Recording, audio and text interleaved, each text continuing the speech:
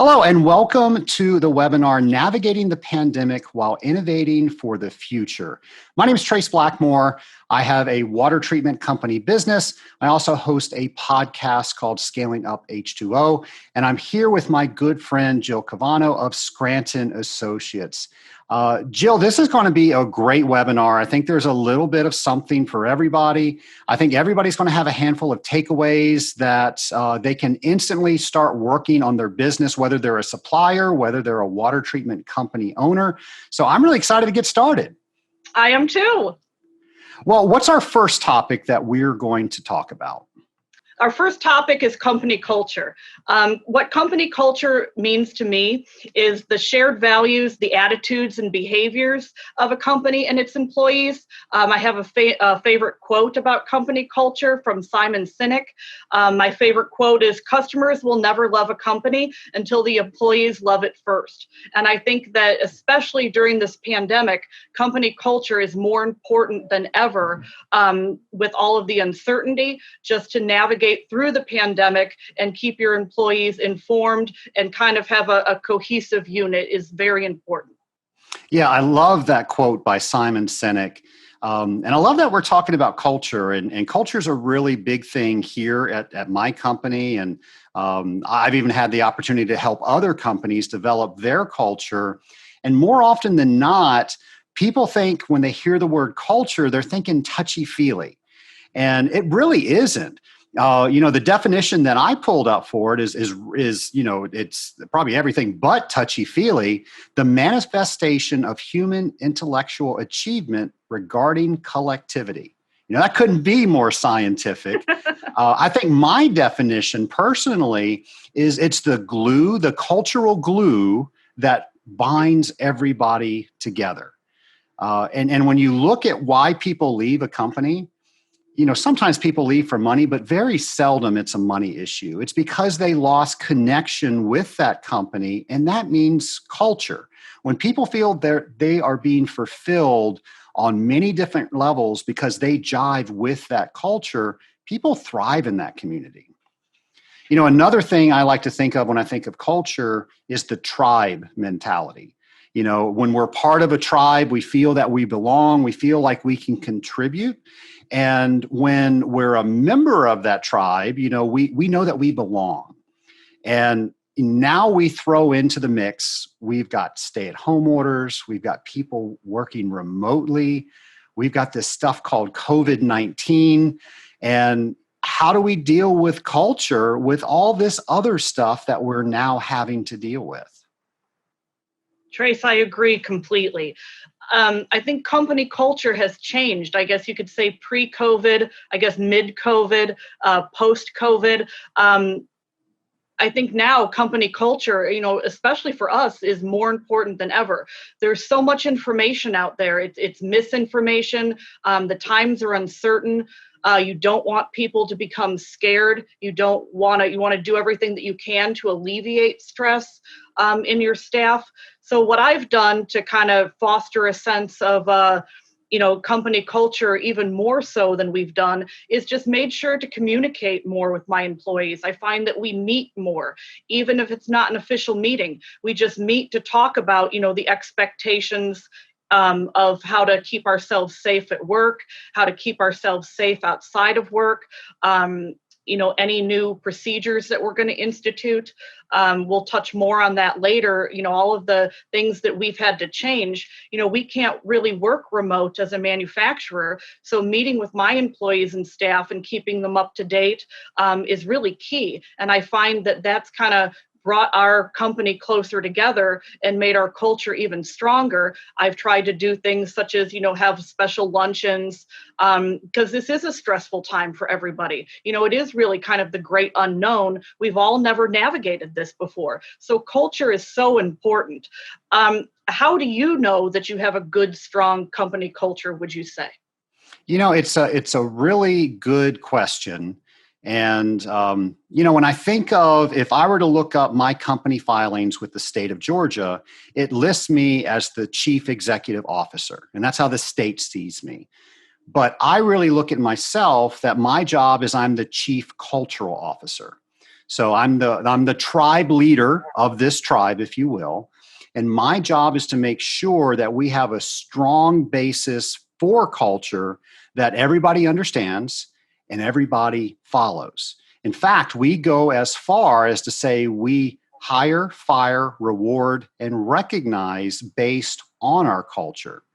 So I think if you can do those four things based on how your company is, and specifically, I want to talk about core values next, I think that's where you know you've got a very strong basis in your culture. Do you mind if we talk a little bit about core values? Sure, I'd love it. So I truly feel that core values is the foundation. It is the bedrock of a good culture. And there's so many companies out there that they think they know what their core values are, but they've never communicated like what you just said across the entire company of what these core values are that we all agree to, that we all are going to work in this fashion with each other. And then once you come up with your core values, communicate, communicate, communicate. I read something somewhere, somebody has to hear something 7 times in order for them to hear it the first time. In fact, you have Chick-fil-A up in Ohio. Yes. We have a ton of Chick-fil-A's here in Atlanta. When you go to the Chick-fil-A drive-thru and you say thank you, what do they say in return? My pleasure. My pleasure. That was something that Truett Cathy wanted to start as part of their culture. One, he stole it from Ritz-Carlton. He stayed at the Ritz-Carlton. He loved it. And he said, you know what? This is so much better than no problem or whatever they would say. And he goes, it's absolutely free. So we're going to start using it. So every year they gather all of their operators together and they talk about the state of the company and, hey, this is what we're going to do this next year. Well, he released the fact that we're not going to say thank you anymore. We're going to say my pleasure, because that just means so much more when somebody hears that.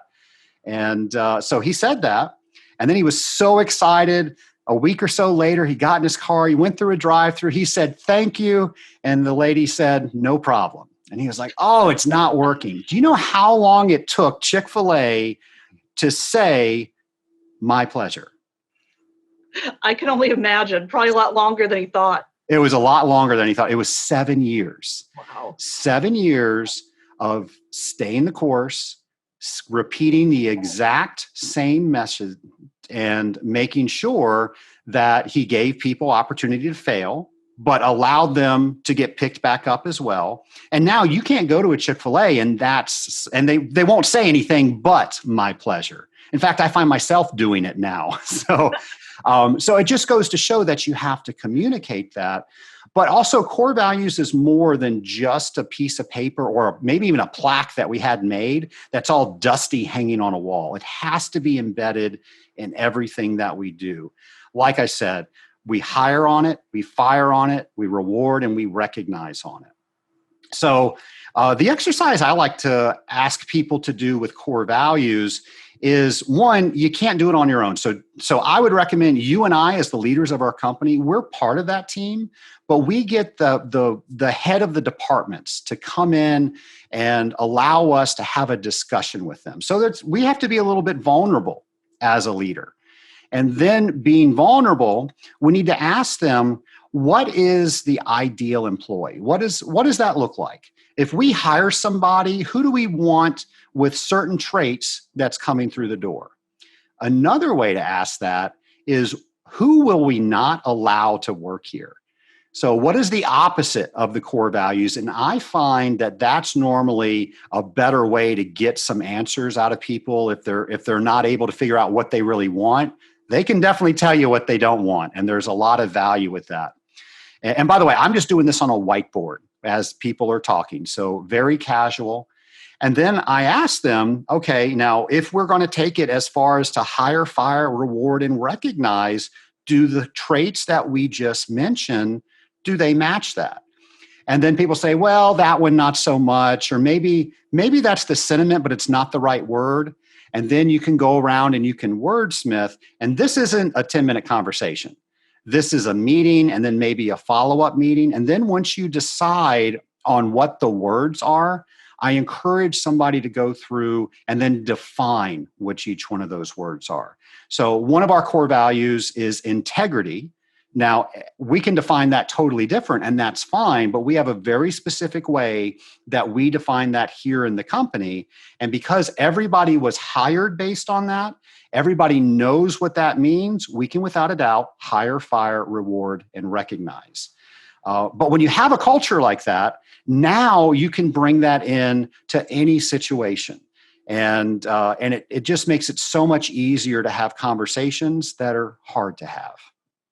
I agree completely, Trace. I think that having a strong company culture and having core values, and your employees must know what your core values are. I think that's very important, especially if you're talking about attracting, retaining, and training new employees.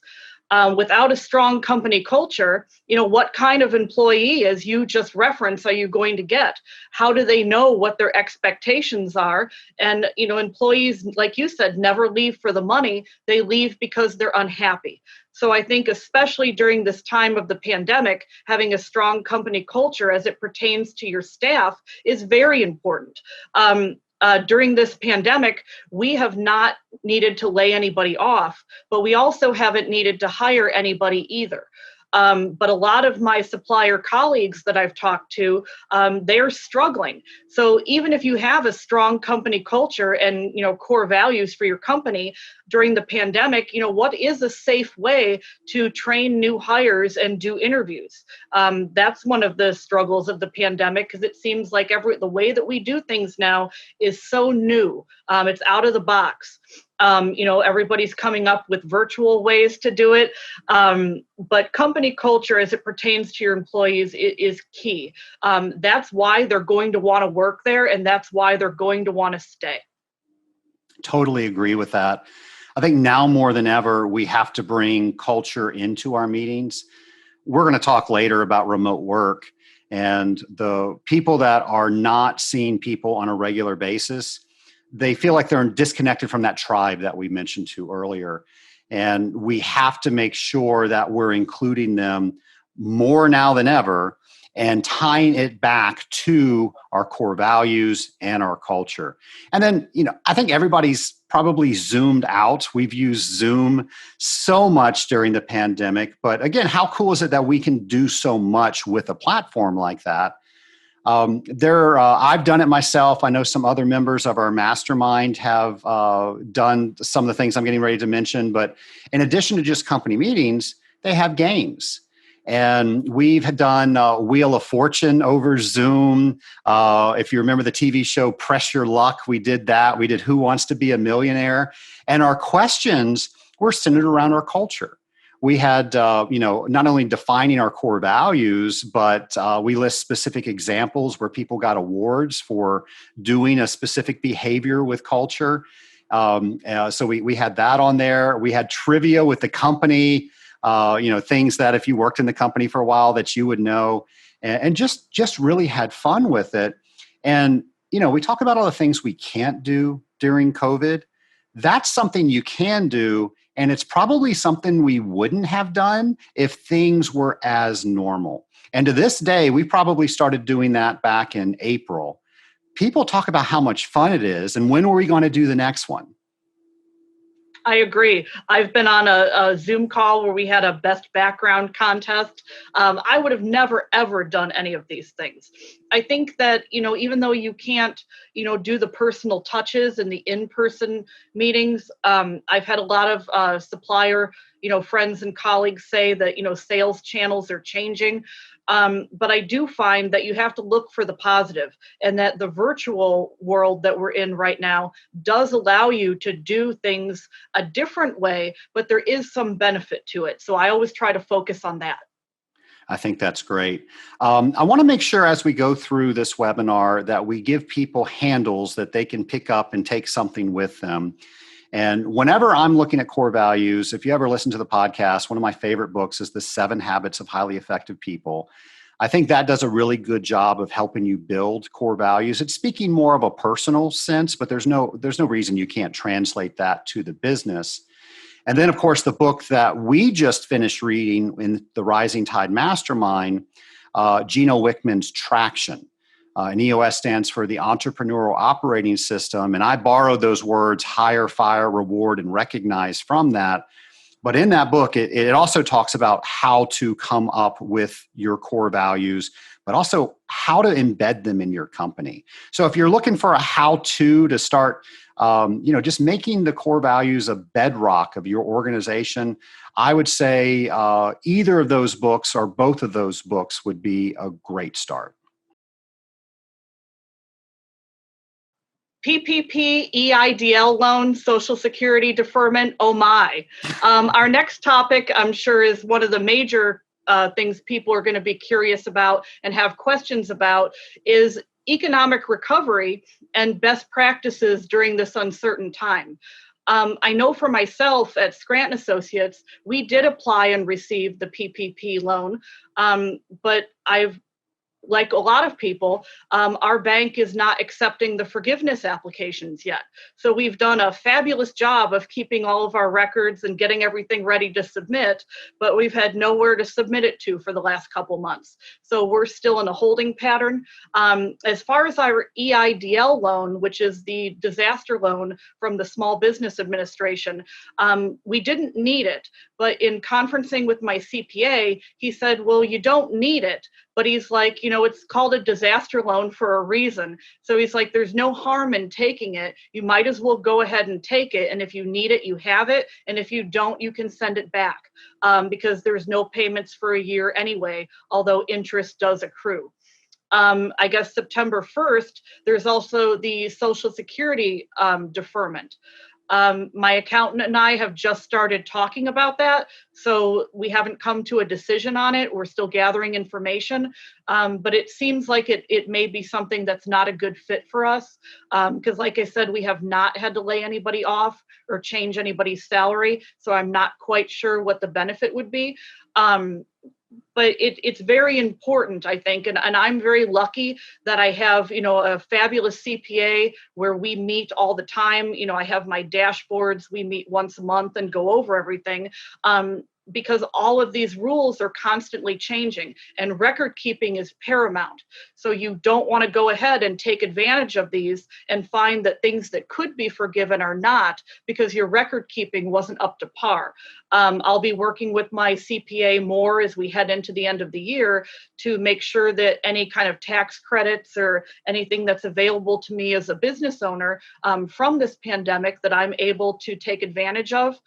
I think while we are talking about, economics and financials, AWT sent out a business owners survey a week or so ago, the Water Treatment Industry Financial Outlook Survey. And I think that if you haven't already taken a look at the results of that, I think that they're very interesting. And I think it shows that AWT members as a whole have weathered the pandemic very well.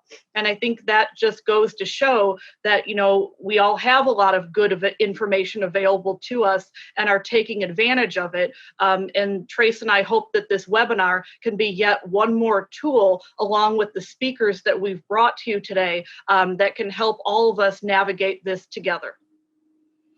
Yeah, Jill, I really agree with what you said about the different loans, the different programs that are out there. But I couldn't help but thinking how much we still have questions now, but how much we know about those things now versus back in March and April. And the thing that I think helped us so much is you and I are a member of a group called the Rising Tide Mastermind. And it wasn't just you and I that had questions. The other 12 members within our group, we all had questions. And we were able to bounce ideas off of each other. We were able to bring in subject matter experts to help answer our questions. And let's face it, they're learning right along with us, but they at least know their industry so they can be better prepared to answer those questions. So I think it is a victory what we do know now. I remember during one of the webinars that we had with the mastermind, somebody recommended that any expense that we had over and above a normal expense due to COVID, categorize that because that's going to come in handy later on your taxes. And I know we all did that in the mastermind. Now, we don't know what we're going to do with that later, but we have that there. So if we can take advantage of it, we don't have to do any extra work. It was already done. So I guess the point I'm trying to make is in times of uncertainty, there's information out there, whether we have access to it or not, I think isn't the thing to focus on, but it's who do you have access to? And then you're not an island. So AWT is such a great resource where we have so many like businesses. So what are other people doing? How can we learn from each other's mistakes and victories? And then we don't have to go through this alone. And the other thing that I think we all learned, and you mentioned through your CPA, is we need good, trustworthy, knowledgeable people that we can trust that can help us navigate our company ship where it needs to go. Of course, the gentleman that spoke to us on the Rising Tide Mastermind and our CFO, his name is Mike Iverson. He owns a company called Trillium Financial Services. I know a lot of people think they can't afford a CFO, but you don't have to have somebody full-time in the office right next to yours. I know we both enjoy somebody coming in on a part-time basis every so often that all they know is numbers, and they can look at the same numbers that you and I have been looking at day after day and just find material that we didn't even know existed. So we've asked Mike some of the questions that we have. We've polled some of the AWT members to see what questions they've had. So let's go ahead and listen to Mike Iverson as he answers some of those questions. Hello, I'm Mike Iverson with Trillium Financial, and I'm here today to give you an update on a few areas that as applies to the PPP Loan Forgiveness and for the EIDL, or the Economic Injury Disaster Loan Program, and the Social Security Employer Deferment Tax, and a couple other questions that has been submitted. So we'll get started with the PPP loan. Originally, when this was issued back in March under the CARES Act, the PPP loan allowed for companies to apply, and the idea being is for about an 8-week period, it would help cover for payroll and non-payroll costs. Payroll would encompass cash compensation, medical retirement benefits, health premiums, and rent and utilities as well, and along with some mortgage interest if business happened to have that as well. Well, with some of the updates that came along, originally you would qualify for 75% of payroll the funds had to be spent, but that changed to 60% in an update. So now instead, you can spend 60% of the funds on payroll, which would encompass cash compensation, retirement benefits, and health premiums.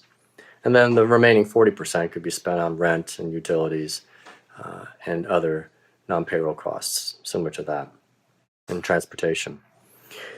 Also, originally the loan, if any amounts were not forgiven, the loan amount was for about 2 years. However, that changed instead and now is a 5-year loan at a 1% interest rate. And they also gave a longer deferment period from the start of the loan. It was 6 months and now it is 10 months from that point. Also, which was a very helpful piece of change as well in the update, was they allowed for what was called an alternate period, covered period. Originally, the covered period was considered for the loan, the date of disbursement, running through the 8 weeks, and now, subsequently, it's now 24 weeks. So all loans are now defaulting to 24 weeks unless you opt in for an 8-week period. And also, allows you to do an alternate covered period, which means for payroll purposes, some folks had biweekly payrolls. And they were finding themselves having a tough time getting all their payrolls in under the old CARES Act rules. So what they allowed a business to do was to go ahead and select an alternate period, which means you could actually start your payroll on the biweekly pay cycle that you're on, to ensure that you got all your pay cycles during your 24-week covered period. Another thing that they also made an update for was paid versus incurred. Originally, it was only about if you paid for the expense, then it was allowed to be considered as part of the loan and loan forgiveness. But what they also then added later on was incurred, which is very helpful because some of the bills that you would pay during this covered period, i.e. the 24 weeks, is where you might end up with a utility bill. So for example, if your covered period ended on, we'll just say June 30th, and you got your utility bill, but it ran through the end of June, but the bill didn't come until July. Well, under the old rules, unless it was paid, it wasn't allowed. In this case, now that they put in the word incurred, as long as you pay it in the next normal cycle, then it will be allowed and will be funds that could be subject to be forgiven. A couple other things that also changed along the way too was in terms of documentation, they're allowing you to go ahead and use scanned copies. So you don't have to have original signed agreements, but you can actually have copies and they can be scanned as part of the documentation that you would send in for your forgiveness. Also, keep in mind the medical benefits. They clarified this was medical benefits qualify for forgiveness only the employer portion. Any portion that's paid by the employee is not part of that eligibility of forgiveness. The full cash compensation of an individual is, but not the portion that they pay for premiums. So keep that in mind. Also, there's a couple things to think about too, some strategies. So if you think about it, some folks finished their PPP loan, the Paycheck Protection Loan Program. They could actually finish up spending their dollars within 8 weeks or less. And some actually finished up even before the 24 weeks would end. And so the thought is, strategically, you might want to think about when to apply and make sure you think about that, because come the end of the year, which many of these loans would have a 24-week period coming around December 31st of this year, 2020, you can end up with trying to apply for forgiveness with everyone else and their brother, so to speak. So you might want to go ahead and think about, can I do that ahead of time and go ahead and get my loan forgiven?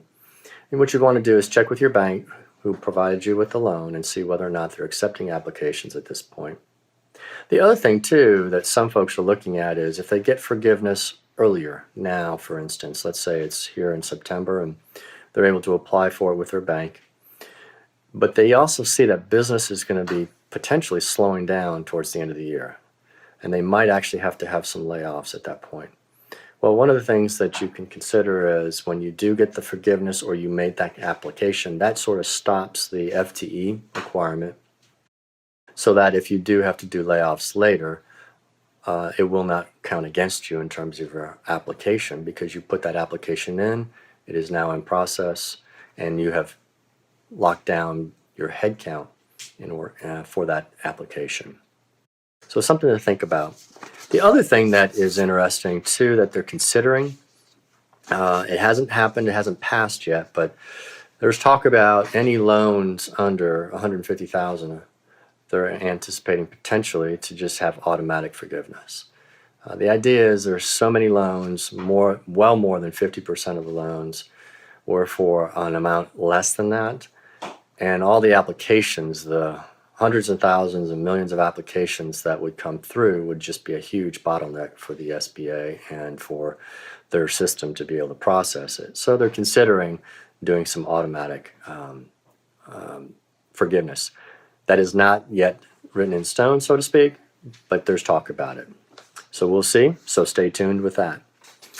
The other that we're going to talk about, an update for the EIDL, or the Economic Injury Disaster Loan Program. And this is more of the traditional SBA disaster program loan.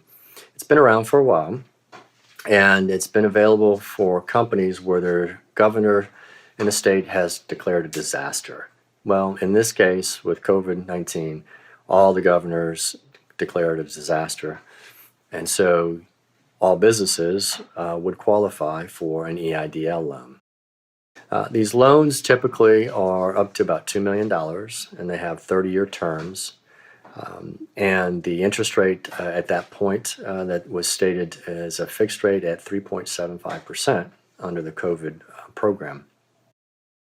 Now, one of the things to think about is that under this program, the loan is directly with the SBA. It is not with a bank.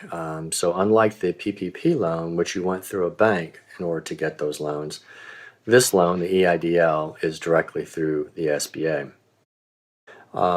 It's for for-profits and nonprofits, and typically for firms that are less than 500 employees.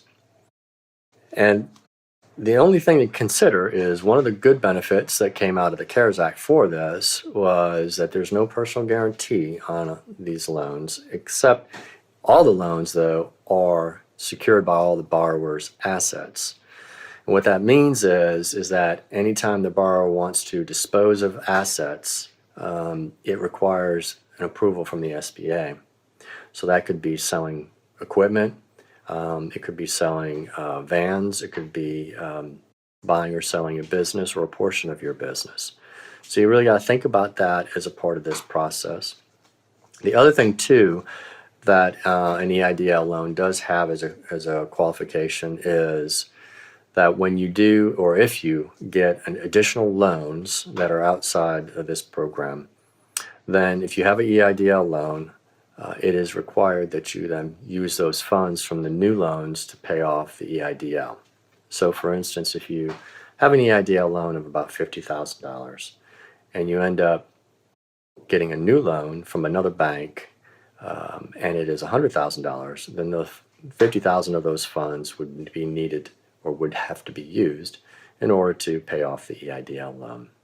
The loan itself can be used for working capital purposes, which is just general operating, which includes purchase of inventory and other capital equipment, for example. However, if you did take a PPP loan, then during the time that you're using those PPP funds for payroll, you cannot use the EIDL loan for payroll at that time either. Just one of the stipulations as part of the update with the CARES Act. So that's the update for the EIDL. And there's another program with a few updates is the Employer Tax Deferment Program, and it's really for the Social Security tax, which is at 6.2%. So the program is basically designed where the employer is able to defer those taxes and then pay them at a later date. And in this case, what that means is you can defer your 6.2% Social Security tax for the employer's portion through the end of 2020, so through 12/31/2020. Then the amount that you have deferred up to that point would be then paid back to the IRS in two installments. One installment, 50% at the end of 2021, and a second installment at the end of 2022. The nice thing is the amount that you would be paying back is interest-free, so it's just those sums. It allows a business, if they need some temporary cash flow relief at this point, it can be helpful in that regard. Just have to remember that you need money set aside, and the idea is that you would supposedly be doing much better in 20 and 22 and have funds available to pay that back. The other thing that originally the Act had was you could only do this program all the way up until the point of PPP loan forgiveness. After that, you wouldn't be able to do it. However, they updated it and said, disregard that. You can go ahead, even if you get PPP loan forgiveness, you can still be a part of this employer tax deferment program, which I think is a real nice thing to help businesses that need to conserve cash flow this year. A couple other questions that some folks wanted some thoughts on is any advice on the debt service coverage ratio that would be off this year due to COVID. And really for that, stay in touch with your banker regularly, especially in these tough, uncertain economic times. I think your banker will certainly look for ways to help you out if you are outside your coverage ratio. Ask them for a waiver.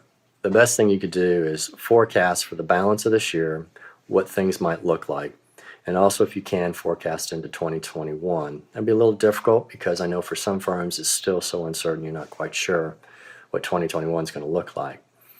But at least for the balance of this year, if you feel that business is going to continue to be off and profit's going to be off and down and your coverage ratio is going to be out of sync, then just get that waiver and keep your banker informed and say, we'll try to stay up to date with you, if not monthly, at least quarterly, so they can understand where the operations are headed, and then hopefully maybe get you back on track with your interest coverage ratio. Another question was about, were there any incentives or credits issued in response to the CARES Act or in response to the COVID-19 pandemic? The only thing that really they did out in the CARES Act, it was called the Employee Retention Credit. And that's really where a business could go ahead and at the end of this year, if they retain their employees on payroll themselves, then they could actually claim a credit against the payroll tax up to about $10,000 per employee by retaining those employees on staff and didn't have a layoff. Now, what you couldn't do is you can't do that program plus get a PPP loan. So many folks kind of looked at weighed the difference and to see what would be better for them. Is it better to take the PPP loan, or should we go ahead and do the employee retention credit? So if you didn't do a PPP loan and you haven't done the employee retention credit or looked into it, check with your tax advisor and find out if it might be a benefit for you, so that come the end of the year you might be able to take that credit against your taxes, and that can then help with a good shot in the arm, so to speak, of some cash flow for the end of the year and starting you off into 2021 as well. So I hope these updates have been helpful, and thank you for your time, and best for the rest of 20 and into 2021. Thank you. Thank you, Mike. I really appreciate you being part of our webinar. What I'd like to talk about next is what we've learned, what has worked well during the pandemic, and what we'd like to change going forward, taking all of the information that we now have. Trace and I would like to kind of phrase this as on the supplier side versus the water treater side.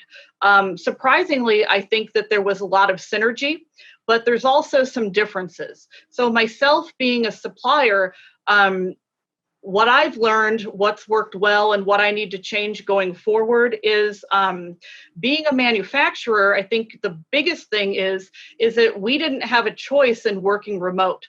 You can't blend chemicals from home. So we were pretty much forced as an essential business to, I don't want to use this term, but I will, to pivot very quickly, which led to, a lot of increased time and demand on me because we had to be in the building every day.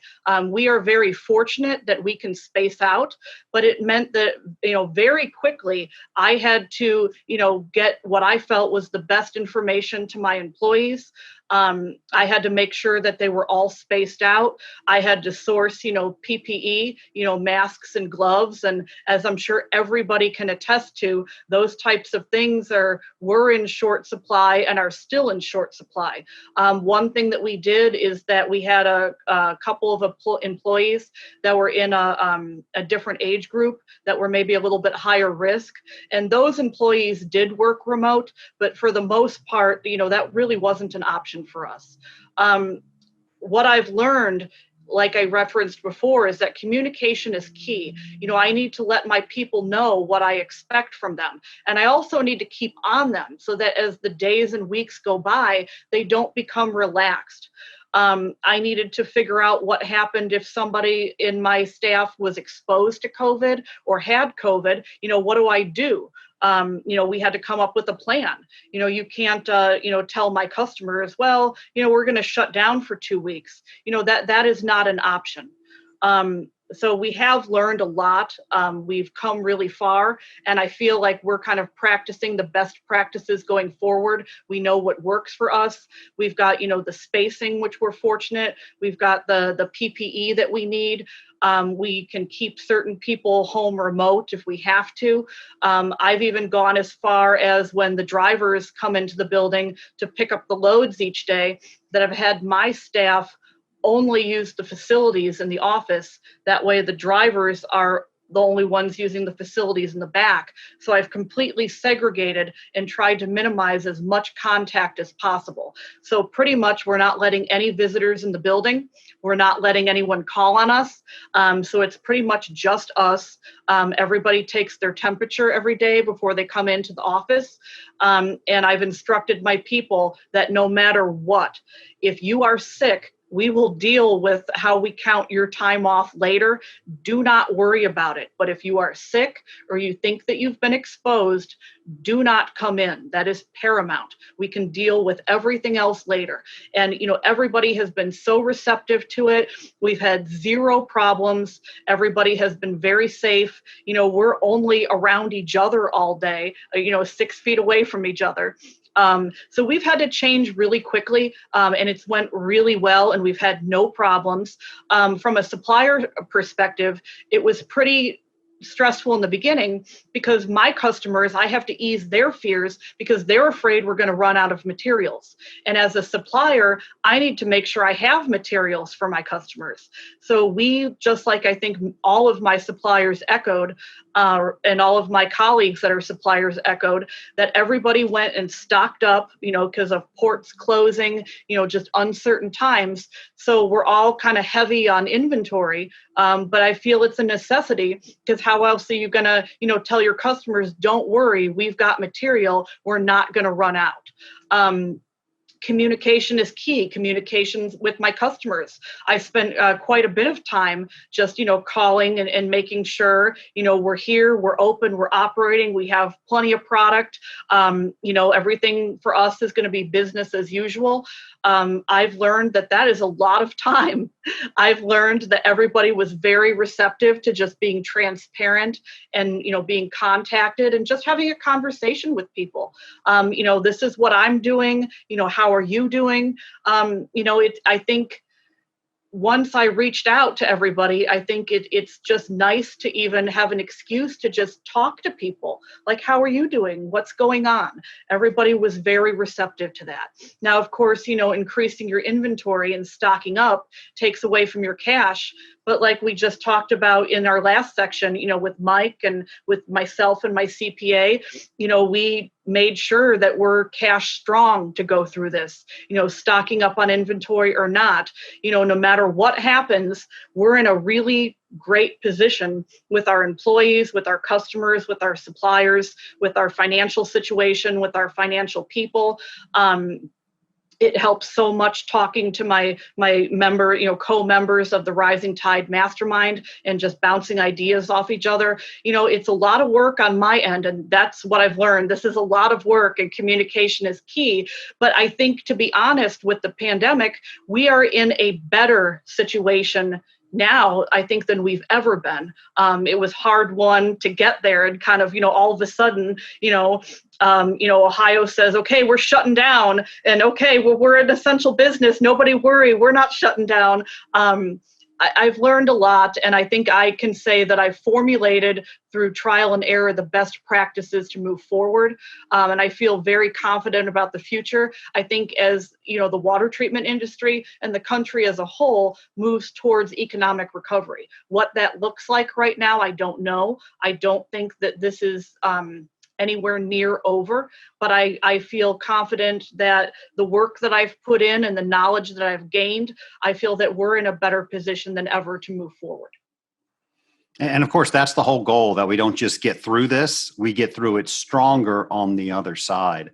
I think there are a lot of similarities with how the water treatment company has dealt with the same things that you mentioned. I can think of, in the very beginning, everybody didn't know what was going on. And of course, that brings maybe some bad thoughts to people. Am I going to get fired? Is the company going to get open? And attitudes start to shift. And I noticed that very, very quickly, not that people had bad attitudes at our company, but that could happen. And people were uncertain. And we've talked all through this webinar about communicating, over communicating. I was letting people know that I do not know the answer right now, but I am just as curious about finding the answer as you are. And I promise you will know as soon as that I know. That helped. Also, we met with our team quite a bit during this time, and it was always about stuff we couldn't do. We can't do this because of COVID. We can't do this. So we changed the meeting. We said, no, this has to be a COVID can meeting. And what can we do? And from that, we were able to get so many ideas from the same people that were saying that we couldn't do something before. One of the ideas was we do a lot with commercial buildings. In order for the commercial buildings to reopen here in Georgia, they need hand sanitizer. They couldn't get it at the time. Of course, now the market's flooded with it. It's everywhere that you look. But at the time, nobody could get it. We didn't sell hand sanitizer. So we actually worked with a supplier who was making it. We could get it a lot quicker than our customers could. We put a very modest markup on it. And then all of a sudden, we were in the hand sanitizer business. Nothing that we planned during our quarterly planning the quarter before. But what that did, it allowed us, one, to ensure if we did have a longer time period, which we are for people paying us, our accounts receivable is higher than it's ever been. That gave us a little bit of buffer because we only allowed for cash or credit card payments for the hand sanitizer. So that ensured that our employees were secure here. What it did for our customers was we actually told them the story. Matter of fact, I wrote a little letter thanking them for buying the hand sanitizer and letting them know where that idea came from. It came from a meeting based on one of our customers saying they didn't know how they were going to reopen because they couldn't find it. So I wanted the customer to know that we talked about that and we found a solution, and that's why they have hand sanitizer in their possession right now. We got thank you cards back because we sold hand sanitizer. So we started thinking, okay, well, besides that, what are some other ways that we can help ourselves at the same time help our customers? And we came up with a handful of ideas.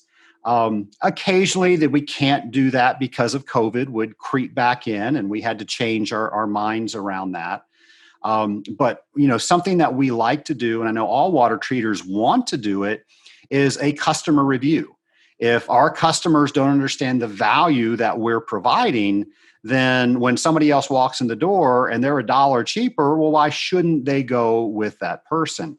If we're not telling them our value, nobody else is. Well, people aren't meeting with us. So how do we have these customer reviews?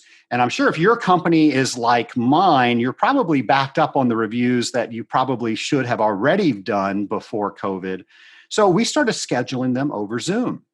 And people were appreciative, I think, to see people outside of their company on Zoom, on the video conferencing.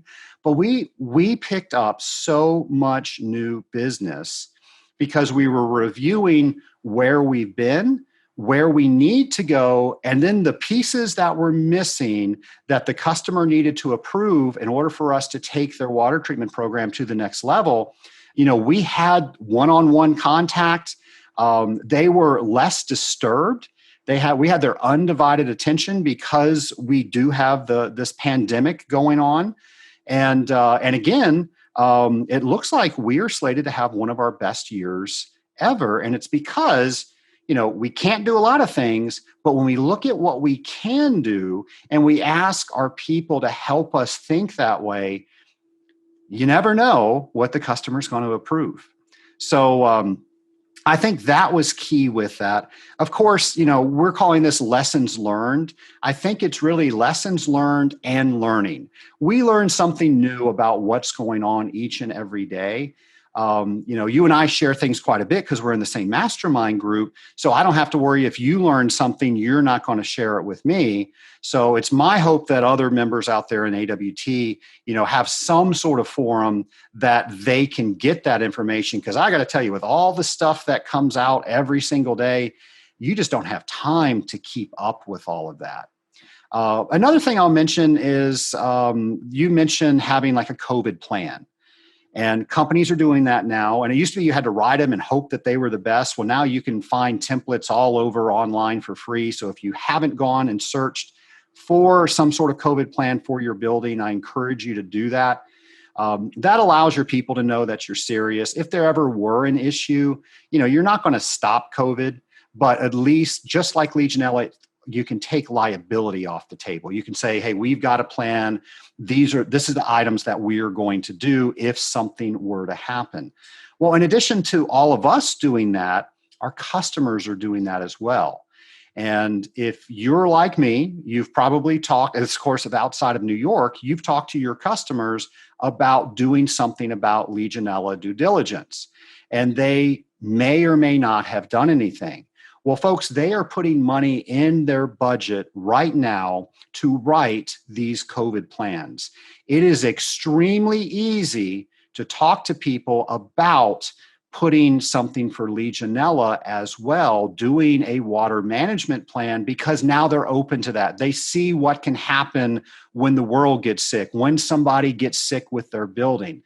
So we have had tremendous success during these customer reviews, talking about Legionella and also some of the experiences that we've had in developing our own COVID plan. So if you haven't talked to your customers about that, they need to hear that. And they're probably not going to think about that on their own. Jill, I used to have a chemistry professor that used to always say that the mind can absorb only what the butt can withstand. So I'm sure people are getting tired of sitting. We're going to conclude part 1 of the webinar. So join us for part 2, where we're going to talk about HR, long-term planning, and good mental health for the future.